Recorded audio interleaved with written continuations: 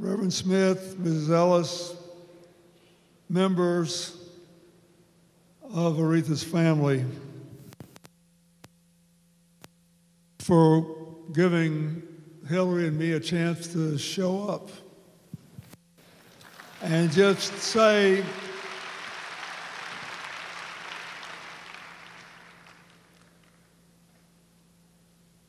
we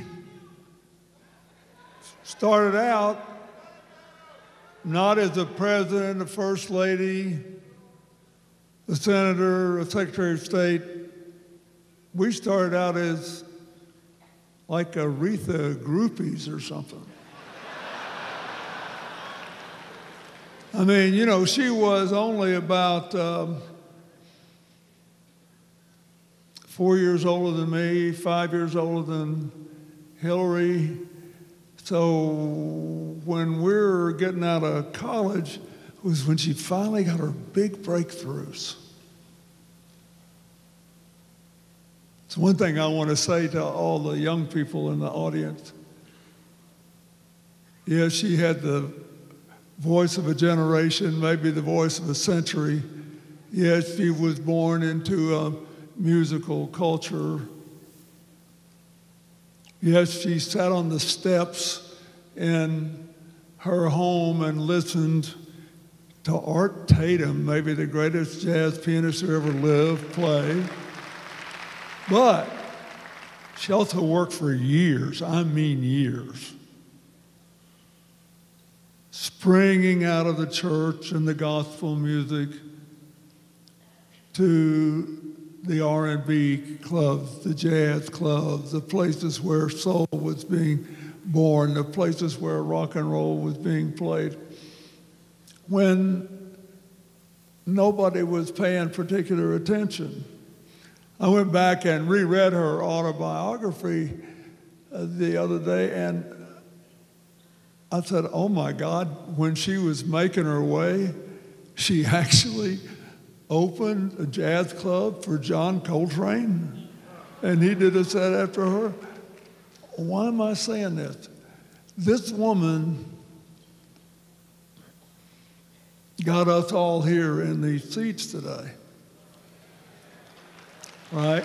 Not because she had this breathtaking talent, which she did, not because she grew up, as Attorney General Holder said, at least a princess of soul because of her father, her mother, her relatives,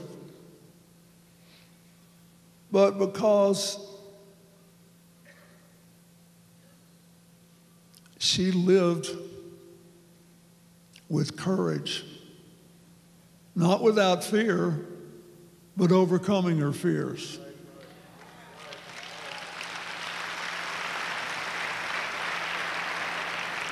She lived with faith, not without failure, but overcoming her failures. She lived with power, not without weakness, but overcoming her weaknesses. I just loved her. So I started off as a groupie.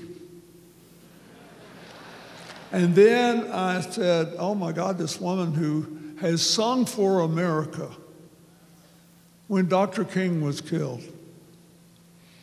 At all these political conventions, including mine. At least President Obama and my inauguration ceremonies and various things. And I even talked her into coming to the Rose Garden to sing for the Emperor and Empress of Japan. Thought it might loosen them up a little, you know, it'd be good.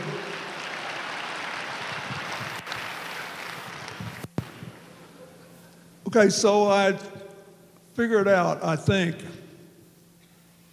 that the secret of her greatness was she took this massive talent and this perfect culture that raised her and decided to be the composer of her own life song. And what a song it turned out to be.